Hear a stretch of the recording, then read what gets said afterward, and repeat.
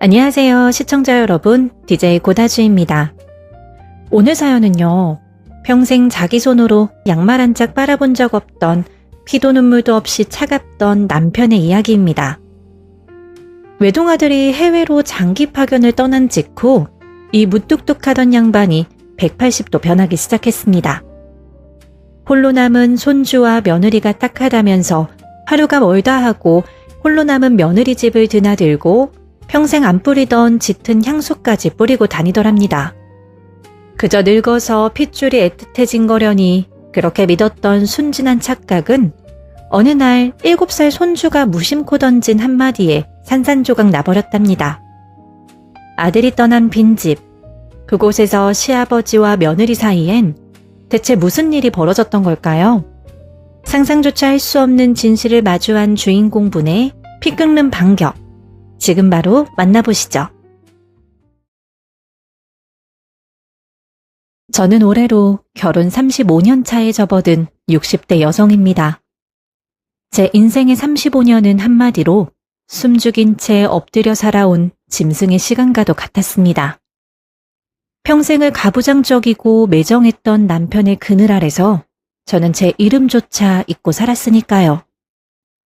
제 남편이라는 사람은 세상에 둘도 없는 폭군이자 지독하게 차가운 사람이었습니다.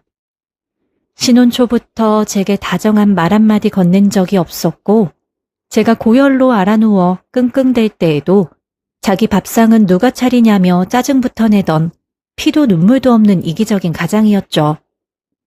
그런 숨막히는 지옥 같은 집구석에서 제가 버틸 수 있었던 유일한 이유는 제 목숨을 내주어도 아깝지 않을 제 분신, 하나뿐인 아들 때문이었습니다. 아비의 차가움을 반면교사 삼은 건지 제 아들은 유독 다정하고 속이 깊은 아이로 자라주었더군요. 아들은 대학 시절 만난 지금의 며느리와 오랜 연애 끝에 결혼을 했습니다. 며느리는 일찍 돌아가신 친정아버지의 부재 때문인지 늘 어딘가 결핍이 있어 보였고 제 아들은 그런 며느리의 상처까지 보듬어 안으려 애쓰는 참 바보같이 착한 남편이었죠.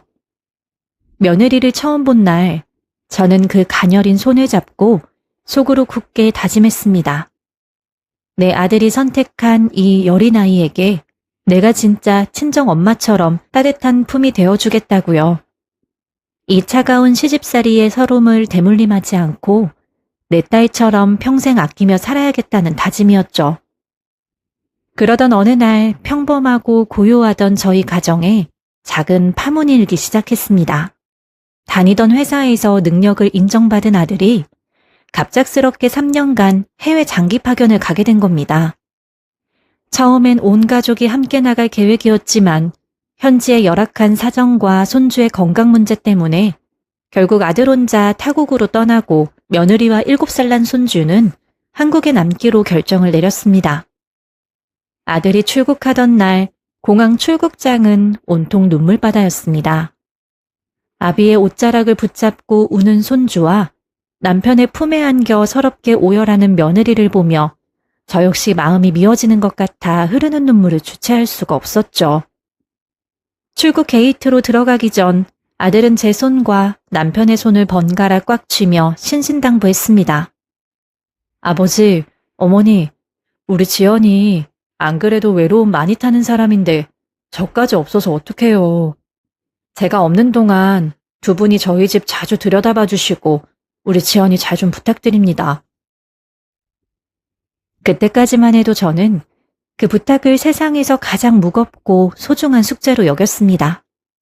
아들이 없는 빈자리가 느껴지지 않도록 매일 반찬을 해다 나르고 전화를 걸어 안부를 물었죠. 그런데 제가 며느리의 외로움을 달래주려 마음먹기도 전에 한 발 먼저 움직인 사람이 있었습니다. 평생 제 손으로 양말 한 짝 빨아본 적 없는 사람, 바로 제 남편이었죠. 어느 날 아침이었습니다. 제가 며느리에게 가져다 줄 김치를 통에 담고 있는데 소파에 누워 TV만 보던 남편이 갑자기 몸을 일으키더니 자기가 그 김치통을 배달하겠다고 나서는 겁니다. 애미 혼자 무거운 걸 어떻게 들어? 내가 차로 쓱 갖다 주고 올 테니까 이리 줘. 결혼 생활 35년 만에 남편이 제 일거리를 덜어주겠다고 나선 건 그날이 처음이었습니다. 저는 너무 놀라 눈을 동그랗게 뜨고 남편을 쳐다봤지만 내심 다행이라고 생각했죠. 아, 저 무뚝뚝한 양반도 늙더니 핏줄이 애틋한가 보구나. 아들이 당부하고 간 게 마음에 걸렸나 보네. 그렇게 저 혼자 좋게 좋게 생각했던 겁니다. 하지만 제 순진한 착각은 그리 오래가지 않았습니다. 그날 이후 남편은 형광등이 나갔다더라, 수도꼭지가 샜다더라, 도어락이 고장났더라 하며 하루가 멀다 하고 며느리의 집으로 향했습니다.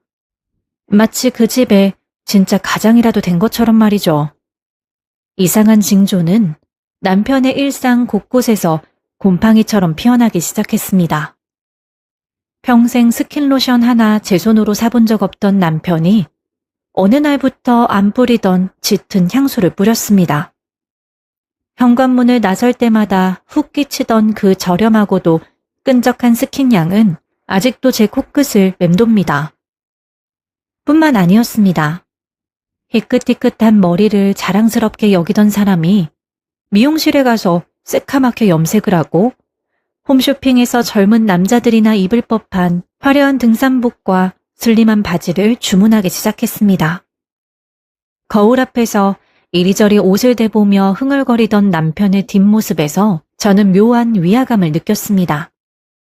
가장 소름 돋았던 것은 남편의 휴대폰이었습니다. 평소엔 전화가 와도 귀찮다며 안 받던 사람이 화장실에 갈 때나 씻을 때도 꼭 핸드폰을 챙겨 들어갔습니다. 밤늦은 시간, 소파에 누워 휴대폰을 보며 실실 새어나오는 웃음을 참지 못하는 남편의 얼굴은 제가 35년간 단 한 번도 본 적 없는 소름 끼치도록 다정하고 들뜬 표정이었죠. 며느리 역시 저를 안심시키려는 듯 혹은 저를 조롱하려는 듯 콧소리를 내며 자주 전화를 걸어왔습니다. 어머니, 오늘 아버님이 오셔서 커튼 싹 달아주고 가셨어요. 저 아버님 없으면 어쩔 뻔했어요. 우리 아버님 진짜 다정하세요. 어머니는 평생 저렇게 멋진 분이랑 사셔서 너무 부러워요. 그 수화기 너머로 들려오는 며느리의 한없이 밝고 가벼운 목소리를 들으며 저는 이게 아닌데 뭔가 단단히 잘못되어 가고 있는데 하는 본능적인 경고음이 울리는 걸 느꼈습니다. 제게는 평생 폭언과 무시를 일삼던 남자가 왜 며느리 앞에서는 그토록 스윗한 구원자 행세를 하는 걸까요?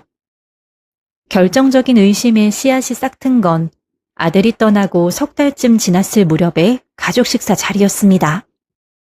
남편과 저, 며느리와 손주가 오랜만에 동네 갈빗집에 모여 저녁 식사를 하고 있었습니다. 고기가 다 구워지자 남편은 가장 부드럽고 맛있는 부위를 골라 며느리의 앞접시에 조심스럽게 올려주었죠. 지연아, 애 보느라 고생 많지? 너 많이 먹어라. 그 다정한 음성에 며느리는 얼굴을 붉히며 수줍게 웃었고 두 사람의 시선이 공중에서 짧게 부딪혔습니다. 그 찰나의 눈맞춤. 저는 고기를 자르던 가위질을 멈춘 채 두 사람을 빤히 쳐다보았습니다. 그것은 절대로 시아버지가 며느리를 대하는 따뜻한 가족의 눈빛이 아니었습니다. 아주 조심스럽게 서로를 탐색하고 숨겨진 암호를 주고받는 듯한 은밀한 시선이었죠. 마치 세상에 오직 두 사람만이 존재하는 것처럼 끈적이고 집요한 명백한 남녀의 눈빛이었습니다. 아니야. 내가 미쳤어. 내가 늙어서 드디어 망령이 났나 보다.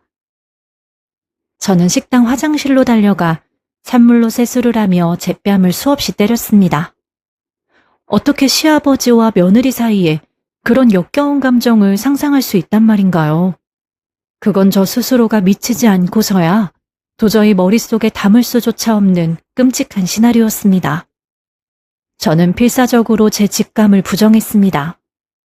그저 남편이 늙어서 외로움을 타는 거라고, 며느리는 아비 없는 빈자리를 시아버지에게 위로받는 것뿐이라고 그렇게 제 자신을 세뇌하고 속이며 살얼음판 같은 하루하루를 버텨내고 있었습니다. 그날 7살 난 제 손주의 천진난만한 입술이 모든 진실을 토해내기 전까지는 말이죠. 어느 주말 오후였습니다. 며느리가 고등학교 동창 모임이 있다며 오후 늦게 손주를 잠시 저희 집에 맡겼습니다. 아이는 거실 바닥에 배를 깔고 엎드려 커다란 스케치북에 크레파스로 그림을 그리고 있었고 저는 소파에 앉아 멍하니 텔레비전을 보고 있었죠. 집안은 평화롭고 고요했습니다. 할머니! 그림에 열중하던 손주가 불쑥 고개를 들며 저를 불렀습니다. 왜 우리 강아지? 할머니가 깎아줄까? 제가 웃으면서 묻자 아이는 고개를 가로저으며 엉뚱한 말을 던졌죠. 할머니, 할아버지랑 엄마는 맨날 손잡고 있어. 순간 텔레비전에서 떠들어대던 예능 프로그램의 웃음소리가 일순간 음소거가 된 것처럼 세상이 조용해졌습니다. 등줄기를 타고 시퍼런 얼음물이 쏟아져 내리는 것 같은 지독한 한기가 전신을 덮쳤습니다. 저는 제가 잘못 들은 것이기를 간절히 바라며 덜덜 떨리는 목소리를 애써 숨기고 물었습니다. 지훈아, 그게 무슨 소리야? 할아버지랑 엄마가 손을 잡다니. 길동무할 때처럼 손잡고 걸었어? 아이는 손에 쥐고 있던 빨간색 크레파스를 허공에 붕붕 휘두르며 아무렇지 않게 대답했습니다. 아니, 집에서. 어제도 밤에 할아버지가 우리 집에 왔는데 엄마가 울어가지고 할아버지가 꽉 안아줬어. 망치로 뒤통수를 있는 힘껏 얻어맞은 듯 눈앞이 새하얗게 전멸했습니다. 심장이 갈비뼈를 부수고 튀어나올 것처럼 쿵쾅거렸고 귓가에선 이명이 윙윙거리기 시작했습니다. 아이의 입에서 나온 그 순진무구한 단어들. 밤에, 집에서, 꽉 안아줬어. 그 문장들이 제 뇌리를 후벼 파며 그동안 제가 외면하려 발버둥 쳤던 끔찍한 의심들을 단숨에 기정사실로 만들어버렸습니다. 그래서 할아버지가 엄마를 어떻게 안아줬는데? 저는 짐승처럼 울부짖고 싶은 충동을 억누르며 아이가 놀라지 않게 최대한 다정한 목소리를 꾸몄습니다. 아이는 자기가 본 것을 자랑이라도 하듯 제 작은 두 팔을 교차해 제 몸을 꽉 끌어안는 신용을 해보였죠. 아주 깊고 은밀하고 단단하게 서로를 올가매는 남녀의 포옹. 아이가 흉내낸 그 자세는 명백한 그것이었습니다. 그때였습니다. 현관문의 도어락 비밀번호가 눌리는 소리가 났습니다. 경쾌한 기계음과 함께 굳게 닫혀있던 철문이 열리더니 외출했다가 돌아온 제 남편과 동창 모임에 갔다던 며느리가 나란히 현관 안으로 들어왔습니다. 어머니, 저 왔어요. 지훈이 얌전하게 잘 있었죠? 며느리의 가볍고 경쾌한 목소리가 거실의 정막을 깨며 울려 퍼졌습니다. 두 사람은 우연히 아파트 단지 입구에서 마주쳤다며 서로를 향해 자연스럽게 웃음을 지어 보이고 있었죠. 하지만 제 눈에는 다 보였습니다. 며느리의 발갛게 상기된 두 뺨과 살짝 번진 립스틱 자국, 그리고 남편의 옷깃에서 풍기는 두 사람이 한 공간에서 밀착했을 때에만 섞일 수 있는 농밀한 채취까지 말이죠. 거실 바닥에 주저앉아 그 두 마리의 악마를 올려다보며 저는 천천히 자리에서 일어났습니다. 이 자리에서 당장 머리채를 휘어잡고 짐승처럼 울부짖을 수도 있었습니다. 니년과 니놈이 감히 내 아들의 피땀 흘려 지은 집에서 무슨 짓거리를 하고 다니는 거냐고 소리칠 수도 있었죠. 하지만 저는 아무것도 모르는 멍청한 늙은이처럼 빙그레 미소를 지어 보였습니다. 그래, 우연히 만나 같이 오니 좋구나. 밥상 차릴 테니 손 씻고 와라.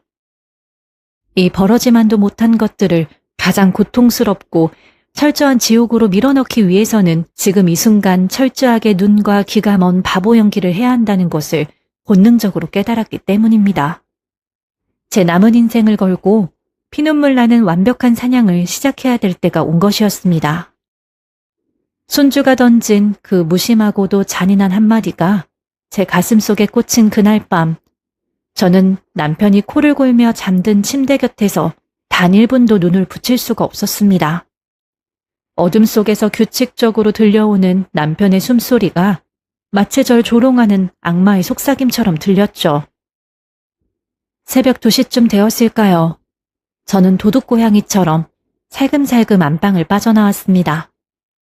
그리고 점퍼 하나만 대충 걸친 채 아파트 지하주차장으로 곧장 내려갔습니다.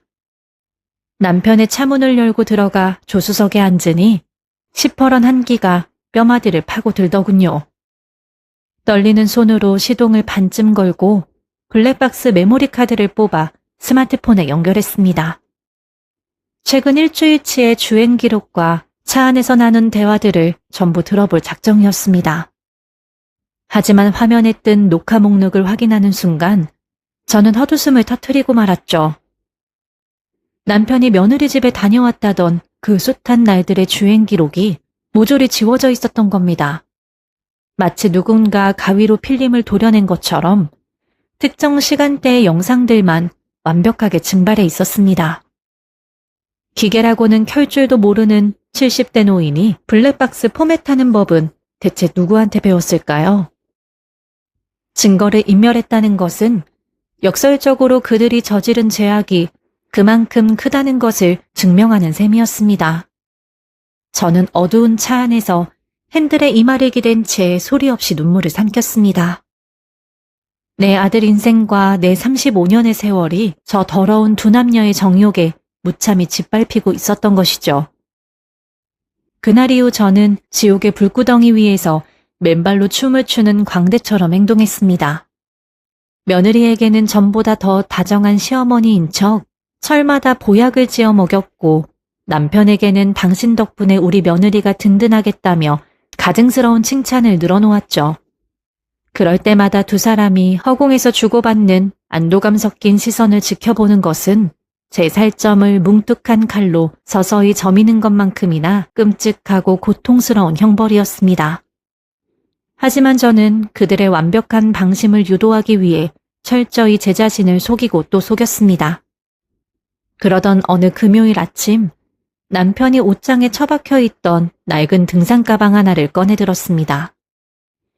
고향 친구들과 1박 2일로 근교 산에 올랐다가 산장에서 자고 오겠다는 속이 뻔히 보이는 거짓말과 함께요. 얼굴에는 숨길 수 없는 들뜸이 가득했고 그날따라 유독 짙은 스킨 냄새가 거실을 진동했습니다. 저는 평소처럼 남편의 등산화 끈을 챙겨주며 조심히 다녀오시라고 손을 흔들어 주었습니다. 예상대로 그날 오후 며느리에게서도 친정엄마가 아프셔서 주말 동안 친정에 가 있겠다는 전화가 걸려왔습니다. 두 마리의 짐승이 드디어 제 눈을 피해 자기들만의 은밀한 사냥터로 떠난 것이었습니다. 그날 밤 텅 빈 거실 소파에 홀로 앉아 저는 시계 초침 소리만 듣고 있었습니다. 머릿속으로는 두 사람이 어느 외곽의 한적한 펜션에서 살을 섞고 있을 장면이 끊임없이 재생되었습니다. 피가 거꾸로 솟고 숨이 막혀와 당장이라도 베란다 창문을 열고 뛰어내리고 싶은 심정이었죠. 그런데 자정이 조금 넘은 시각, 정막을 깨고 거실 전화기가 미친 듯이 울려대기 시작했습니다. 발신번호는 남편이 간다던 산장 근처가 아닌 집에서 차로 1시간 거리인 외곽의 낯선 대학병원이었습니다. 수화기 너머의 간호사는 제 남편이 급성 위경련으로 응급실에 실려왔다는 소식을 전했죠. 저는 옷을 갈아입을 새도 없이 미친 사람처럼 차를 몰아 그 낯선 병원으로 향했습니다. 칠흑 같은 밤차를 몰고 고속도로를 달리는 내내 제발 내 예상이 틀리기를, 이 모든 것이 그저 나의 지독한 망상이기를 부처님과 하나님께 수천 번, 수백 번 빌고 또 빌었습니다. 하지만 병원 응급실 문을 열고 들어선 순간 제 마지막 신락 같은 희망은 갈기갈기 찢겨나갔습니다.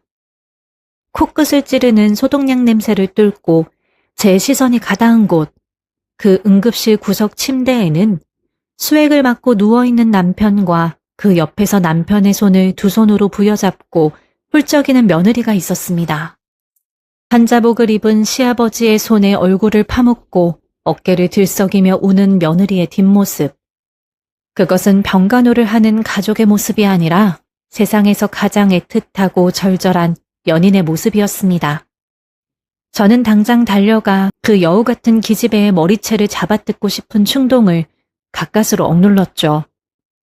제가 다가가는 인기척을 느끼자 며느리는 화들짝 놀라며 남편의 손을 놓으며 뒤로 물러섰습니다. 눈물로 범벅이 된 얼굴에는 극도의 공포와 당혹감이 서려 있었지만 이내 말도 안 되는 변명을 늘어놓더군요. 자신이 볼 일이 있어 이 근처를 지나가다가 우연히 길가에 쓰러진 아버님을 발견하고 모시고 왔다는 것이었습니다. 밤 12시에 친정에 간다던 며느리가 이 인적 드문 외곽도로를 우연히 지나갈 확률이 얼마나 될까요?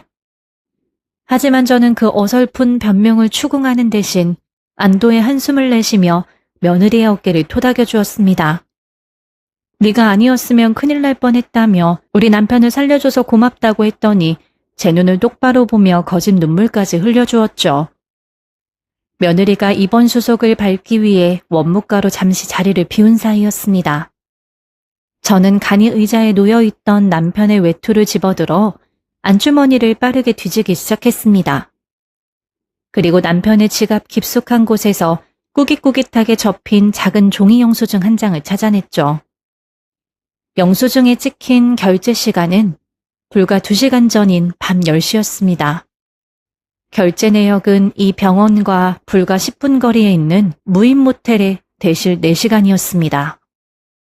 손끝이 사시나무 떨리듯 떨려왔고 심장이 멎을 듯한 극심한 현기증이 밀려왔죠. 모텔방에서 짐승처럼 뒹굴다가 남편이 복상사라도 할 뻔한 모양이었습니다. 구급차를 부르면 기록이 남을까봐 두려웠던 며느리가 제 남편을 차에 싣고 이 응급실까지 달려온 거겠죠. 영수증을 움켜쥔 제 소나기에서 피가 날 정도로 꽉 쥔 채 저는 병원 복도 구석에서 소리 없는 비명을 질렀습니다. 그날 새벽 남편은 더 입원하라는 의사의 권유를 뿌리치고 도망치듯 퇴원을 서둘렀습니다. 집으로 돌아오는 차 안에서 며느리와 남편은 시종일관 침묵을 지키며 제 눈치만 살피더라고요. 저는 백미러로 두 사람의 겁먹은 얼굴을 번갈아 쳐다보며 속으로 아주 길고 서늘한 칼을 갈았습니다. 다음 날 아침 저는 남편이 잠든 틈을 타 집을 나선 뒤 전자상가로 향했습니다. 그리고 손가락 마디만한 가장 성능이 좋고 눈에 잘 띄지 않는 고성능 소형 녹음기 3개를 샀죠. 이 정도의 증거로는 이혼 소송에서 저들이 발뺌하면 그만이었고 저는 그들을 완벽하게 사회에서 매장시켜야 했으니까요. 며칠 뒤 며느리가 손주를 데리고 마트에 장을 보러 간다는 사실을 확인하고는 그 집으로 향했습니다. 비밀번호를 누르고 들어간 아들 내외의 집. 내 아들의 피땀으로 일군 그 집안 곳곳에 저들의 더러운 흔적이 배어 있었습니다. 저는 고무장갑을 낀 손으로 거실 소파 밑동 깊숙한 곳과 며느리의 안방 침대 프레임 뒤쪽에 녹음기를 테이프로 단단히 고정했죠. 녹음기의 전원 스위치를 켜고 빨간색 불빛이 깜빡거리는 것을 확인한 순간 제 가슴속에 맺혀있던 응어리들이 차가운 얼음 조각으로 변해 심장에 꽂히는 기분이었습니다. 이제 이 작은 기계들이 저 2마리의 악마들이 스스로 파놓은 무덤의 증거를 낱낱이 주워 담아줄 것이었습니다. 거실을 빠져나오기 전 저는 벽에 걸린 아들의 결혼 사진을 오랫동안 올려다보았습니다. 해맑게 웃고 있는 불쌍한 내 아들. 네가 없는 사이 네 집에서 벌어진 이 추악한 연극의 결말을 이 어미가 세상에서 가장 잔인하고 고통스러운 방식으로 끝내주겠다고 사진 속 아들을 향해 피눈물로 맹세했습니다. 며느리의 안방 침대 밑과 거실 소파 구석에 소형 녹음기라는 덫을 숨겨두고 돌아온 날부터 제 삶은 그야말로 숨을 쉬는 것조차 버거운 피말리는 형벌의 연속이었습니다. 숨을 들이마실 때마다 배부에 날카롭고 잘게 부서진 유리 조각들이 박히는 것 같은 참혹한 고통 속에서도 저는 철저하게 웃는 낯을 유지해야만 했죠. 제 남편이라는 작자가 거울 앞에서 콧노래를 흥얼거리며 젊은 사람들이나 입을 법한 옷으로 갈아입고 며느리의 집으로 향할 때에도 며느리가 뻔뻔하게 전화를 걸어와 시아버지의 다정함과 든든함을 한껏 자랑하며 교태 섞인 콧소리를 낼 때도 저는 세상에서 가장 인자하고 자애롭고 아무것도 모르는 멍청한 시어머니의 가면을 단 1초도 얼굴에서 벗어던지지 않았습니다. 그렇게 지옥의 불가마 위를 맨발로 걷는 듯한 보름간의 끔찍한 시간이 흐르고 마침내 그 덫을 회수할 기회가 찾아왔습니다. 며느리가 손주를 데리고 인근 백화점 문화센터에 수업을 들으러 나간다는 소식을 듣자마자 저는 마치 빈집을 터는 도둑처럼 그 집으로 숨어들었습니다. 소파 밑과 침대 뒤에 단단히 붙여둔 녹음기를 떼어내는 제 손끝은 이미 죽어버린 사람의 시신처럼 차갑고 창백하게 식어 있었죠. 집으로 돌아와 방문을 이중으로 굳게 걸어 잠그고 바들바들 떨리는 손으로 컴퓨터에 녹음기를 연결해 파일들을 바탕화면으로 옮겼습니다. 모니터 빛만이 창백하게 비추는 어두운 방 안에서 저는 이대로 제 심장박동이 멈춰버리거나 뇌혈관이 터져서 그 자리에서 즉사할지도 모른다는 극도의 공포감을 느꼈습니다. 하지만 타국에서 피땀 흘려 일하는 내 불쌍한 아들, 그 아들의 인생을 난도질하고 기만한 자들의 추악한 민낯을 제 두 귀로 똑똑히 확인해야만 했습니다. 그것이 저주받은 이 집구석으로 며느리를 들인 어리석은 어미로서 마땅히 감당해야 할 형벌이라고 생각했기 때문입니다. 떨리는 검지손가락으로 재생 버튼을 누르자 스피커 너머로 흘러온 그날 밤의 진실은 제 가장 비관적인 상상보다 훨씬 더 역겹고 참혹했죠. 살과 살이 노골적으로 부딪히는 끈적한 마찰음, 그리고 이내 짐승처럼 헐떡이는 두 남녀의 가쁜 숨소리와 기괴할 정도로 과장된 신음이 이어졌습니다. 그것은 도저히 인간의 언어라고는 할 수 없는 욕정에 눈이 먼 발정난 짐승들의 끔찍한 울음소리였습니다. 저는 두 손으로 제 입술이 찢어지도록 입을 틀어막은 채 책상 위로 고개를 쳐박고 소리 없는 피눈물을 한 움큼 쏟아내야만 했습니다. 하지만 제 이성을 진정으로 끊어놓고 저를 완벽하게 미치게 만든 것은 정사가 끝난 후 나른한 목소리로 두 사람이 나누는 은밀하고도 악마 같은 속삭임이었습니다. 스피커 너머의 남편은 35년을 함께 산 제게는 단 한 번도 들려준 적 없는 그 기가 막히게 끈적이고 다정한 목소리로 며느리의 등을 쓸어내리며 달래고 있었습니다. 자신의 아내인 저를 눈치도 없는 그 늙은이라 지칭하며 제 명의로 된 알짜배기 상가 건물을 팔아치울 아주 치밀하고도 사악한 계획을 세우고 있었죠. 아들이 귀국하기 전에 어떻게든 이혼 서류에 제 도장을 찍게 만들고 모든 재산을 현금화해서 빼돌린 뒤 둘이서 아무도 모르는 한적한 지방으로 내려가 새 살림을 차리자는 약속. 그 소름 끼치는 말에 안도하며 시아버지의 너른 품을 파고드는 며느리의 간드러지고 천박한 웃음소리까지 고스란히 담겨 있었습니다. 이어폰을 신경질적으로 빼어 던지고 고개를 들어 거울 속에 비친 제 얼굴을 마주한 순간 그곳에 비참하게 늙고 버림받은 불쌍한 중년의 여자는 이미 사라지고 없었습니다. 오직 시퍼런 피가 끓어오르는 도끼와 저들을 반드시 찢어 죽이겠다는 복수심으로 무장한 야차 한 마리가 눈을 번뜩이며 저를 노려보고 있었죠. 저는 이혼소송 따위의 점잖고 합법적인 방식으로는 내 가슴 속에 응어리진 이 거대한 지옥의 불길을 절대 잠재울 수 없다는 것을 본능적으로 직감했습니다. 그들을 세상 가장 높은 곳으로 끌어올린 뒤 가장 비참하고 끔찍한 바닥으로 내동댕이칠 완벽하고도 거대한 단두대가 필요했습니다. 다음 날 아침이 밝자마자 저는 평소 시청자들의 공분을 사며 높은 시청률을 자랑하던 유명 시사 고발 프로그램의 담당 작가에게 연락을 취했습니다.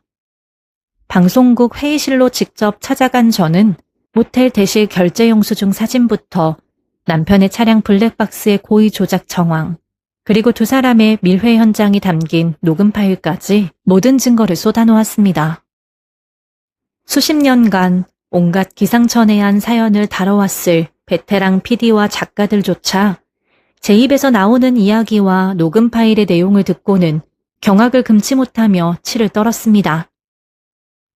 그들은 이 사안은 당장 이번 주 메인 방송으로 편성해야 한다며 흥분했고, 저는 철저한 모자이크와 기계음 음성 변조를 조건으로 어두운 조명 아래서 인터뷰 카메라 앞에 앉았습니다. 가해자들을 어떻게 처벌하고 싶냐는 PD의 조심스러운 질문에 저는 단 1초의 망설임도 없이 그들의 남은 평생이 온 세상 사람들의 손가락질 속에서 구더기처럼 짓밟히길 바란다고 답했죠. 방송 일자가 확정되고 대본이 완성되어 갈 무렵 참으로 기가 막히게도 하늘이 제 편을 들어주는 사건이 발생했습니다. 제 아들이 3년간 고된 해외 파견 근무를 모두 마치고 한국으로 영구 귀국하는 날짜가 바로 그 고발 프로그램이 방영되는 토요일 저녁으로 잡힌 것이었습니다. 하늘이 추악한 짐승들의 피비린내 나는 제삿날을 이렇게 완벽한 타이밍에 잡아주다니. 저는 홀로 빈집에서 미친 사람처럼 실소를 터뜨렸습니다. 아들이 도착하기로 한 토요일, 저는 새벽같이 일어나 시내에서 가장 큰 수산시장과 정육점을 돌며 최고급 한우갈비를 사고 값비싼 활전복을 샀습니다. 이 음식들이 뱃속으로 들어가 소화가 되기도 전에 그들의 목을 조르는 독약이 될 것이라 생각하니 불 앞에서 고기를 찌고 채소를 다듬는 내내 콧노래가 절로 나올 지경이었습니다. 그리고 늦은 오후 무렵 익숙한 현관문 도어락 소리와 함께 까맣게 그을린 제 아들이 양손 가득 짐가방을 든 채 환하게 웃으며 집 안으로 들어섰습니다. 무사히 그리고 건강하게 돌아온 아들의 널찍한 등을 끌어안는 순간 참고 참았던 뜨거운 눈물이 왈칵 쏟아져 내렸습니다. 그 눈물은 살아 돌아온 자식에 대한 지극한 반가움인 동시에 불과 몇 시간 뒤면 이 착한 아이가 두 눈을 뜨고 겪어야 할 참혹하고 잔인한 비극에 대한 어미의 미안함이었죠. 뒤이어 들어온 며느리는 아들의 팔짱을 자신의 가슴 쪽으로 꼭 끼어당기며 그동안 혼자 타지에서 너무 고생이 많았다며 가증스러운 악마의 눈물을 훔치며 완벽한 연기를 시작했습니다. 남편 역시 자리에서 일어나 늠름해진 아들의 굵은 어깨를 툭툭 두들기며 내 아들이 가장으로서 큰일을 하고 돌아왔다며 세상 둘도 없는 훌륭하고 든든한 아비 행세를 뽐냈습니다. 저는 겉으로는 눈물을 훔치며 자애롭고 인자한 미소로 그 화기애애한 풍경을 바라보고 있었지만 제 시선은 오직 거실 벽에 걸린 커다란 벽시계의 초침만 고정되어 있었습니다. 그 바늘이 방송 시작 시간인 저녁 8시 정각을 향해 아주 조금씩 그러나 자비 없이 다가가는 것만을 속으로 카운트다운하고 있었던 것이었죠. 제가 차려낸 상다리가 휘어질 듯한 화려한 만찬 앞에서도 두 사람의 소름 끼치도록 위선적인 며느리와 시아버지의 연기는 한치의 흔들림 없이 계속되었습니다. 며느리가 혼자 애 키우느라 그간 고생이 많았다며 갈비찜에서 가장 부드러운 고기만을 골라 그녀의 하얀 쌀밥 위에 얹어주는 남편의 그 다정하고도 집요한 손길이 이어졌습니다. 그 손길에 화답하듯 눈웃음을 치며 남편이 없는 동안 아버님이 친정아버지처럼 너무 든든하게 보살펴주신 덕분에 무사히 버틸 수 있었다고 뻔뻔하게 짓거리는 며느리의 낯짝까지 저는 하나도 빠짐없이 지켜보고 있었죠. 그 완벽하게 연출된 가짜 가족의 단란한 풍경 속에서 저는 아들이 밥을 반쯤 비웠을 무렵 아주 넌지시 거실 탁자 위에 텔레비전 리모컨을 집어들었습니다. 오랜만에 식구들이 다 모여 밥을 먹는데 너무 조용하니 적적하다며 늘 보던 교양 방송이나 켜두자고 태연하게 채널을 돌린 순간 정각 8시를 알리는 시그널 음악이 거실에 울려 퍼졌습니다. 그리고 텔레비전의 대형 화면 중앙에는 피가 뚝뚝 떨어질 것만 같은 붉고 자극적인 폰트로 가족의 탈을 쓴 욕정, 시아버지와 며느리의 위험한 밀회라는 타이틀이 큼직하게 떠올랐습니다. 맛있게 밥을 달게 씹어먹던 아들과 남편은 그 자극적인 제목들을 보며 세상이 미쳐 돌아간다며 흔한 막장 치정극 사연이라 치부하고 혀를 찾고 화면은 곧이어 제보자인 제 인터뷰로 넘어갔습니다. 음파가 변형된 기계음으로 철저히 변조된 제 목소리가 남편이 홀로 남은 며느리의 집을 수시로 드나들기 시작했던 그 불길하고도 기묘했던 사건의 발단을 천천히 읊조리기 시작했습니다. 하지만 화면의 상황을 설명하기 위해 참고용 자료화면으로 등장한 흐릿하게 모자이크 처리된 아파트 단지의 외경과 놀이터의 모습이 비치자 거실의 공기가 서서히 기분 나쁘게 무거워지기 시작하더군요. 양념된 고기를 오물거리며 씹고 있던 남편의 턱관절 움직임이 미세하게 굳어지는 것이 제 날카로운 시야에 고스란히 들어왔습니다. 방송이 점차 고조되어 야심한 시각, 외곽도로의 응급실에 급체로 실려간 시아버지와 그의 옷주머니에서 발견된 모텔 대실 영수증에 대한 성우의 진지한 나레이션으로 넘어가는 순간이었습니다.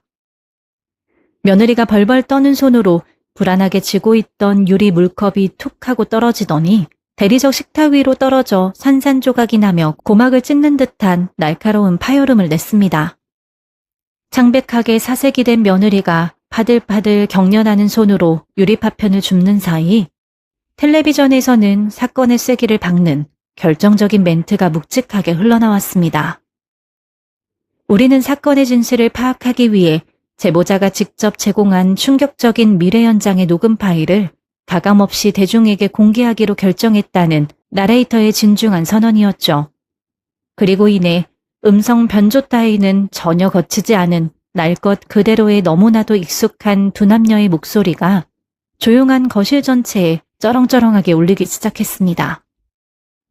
내 아내의 알짜배기 재산을 팔아넘기고 쥐도새도 모르게 시골로 도망쳐 살림을 차리자던 제 남편의 특유의 신소리가 섞인 낄낄거리는 웃음소리.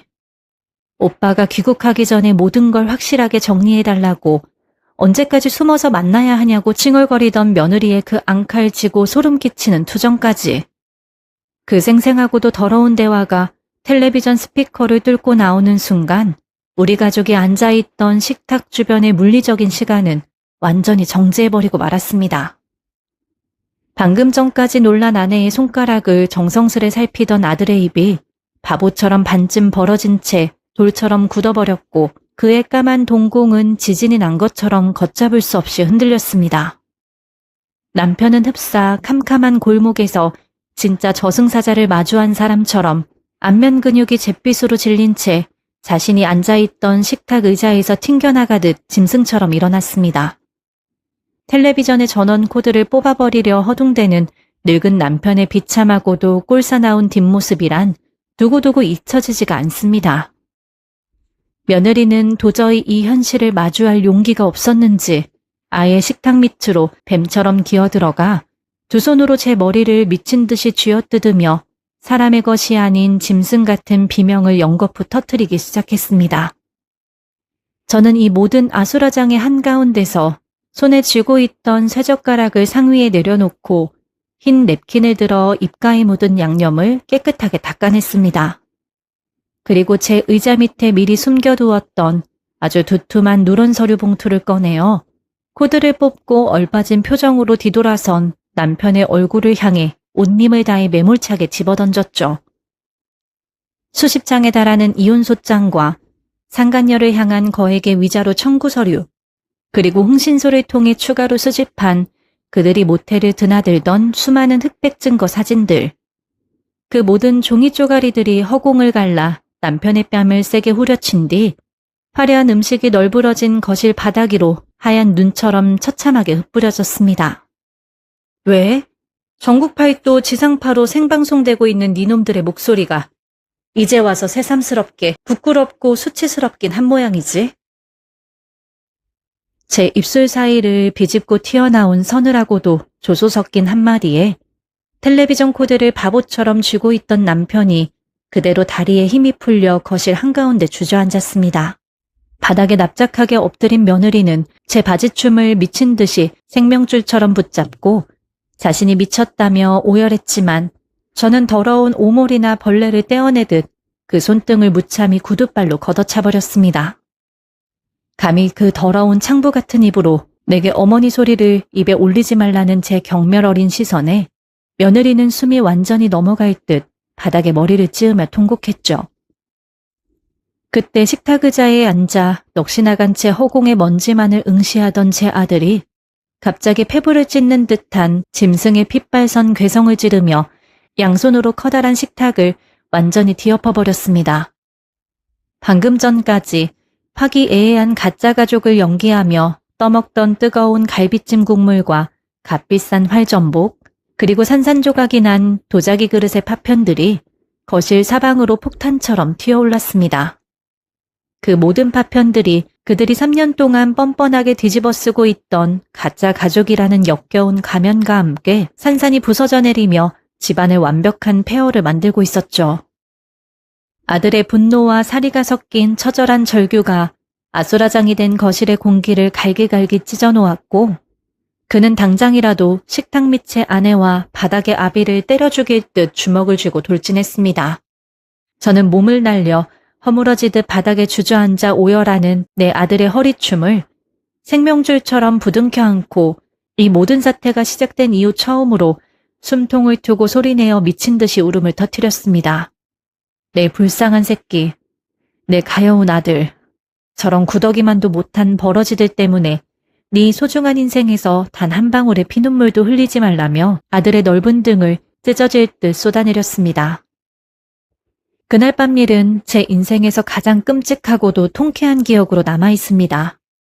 아들은 그 자리에서 자신의 짐가방을 다시 챙겨 들고 뒤도 돌아보지 않은 채 집을 떠나버렸고, 저 역시 그날부로 변호사를 통해 그 집구석의 모든 살림살이와 인연을 가차없이 끊어냈습니다. 방송이 나간 직후 인터넷에서는 신상털기 바람이 불어 남편과 며느리의 과거 직장과 주변 지인들에게까지 그들의 짐승 같은 불륜 사실이 낱낱하게 까발려졌죠.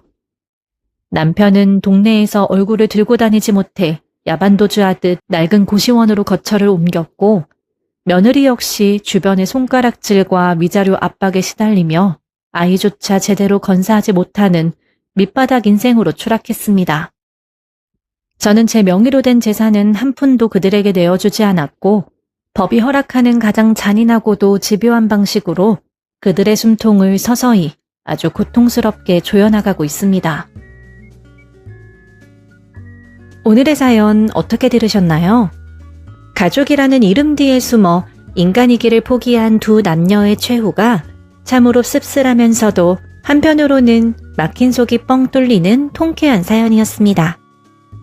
가장 믿었던 사람들에게 배신당했지만 결국 그들을 완벽한 지옥으로 밀어넣는 사연자님의 독한 결단력에 박수를 보내게 되네요. 사연자분과 아드님이 과거의 상처를 훌훌 털어버리고 앞으로는 꽃길만 걸으실 수 있도록 시청자 여러분께서 따뜻한 응원의 댓글 많이 남겨주시면 감사하겠습니다. 오늘 들려드린 사연이 흥미진진하셨다면 구독과 좋아요, 그리고 알림 설정까지 꼭 부탁드리겠습니다. 저는 다음 영상에 더 기가 막히고 흥미로운 사연으로 다시 찾아뵙겠습니다. 시청해주셔서 감사합니다. 평안한 밤 되세요.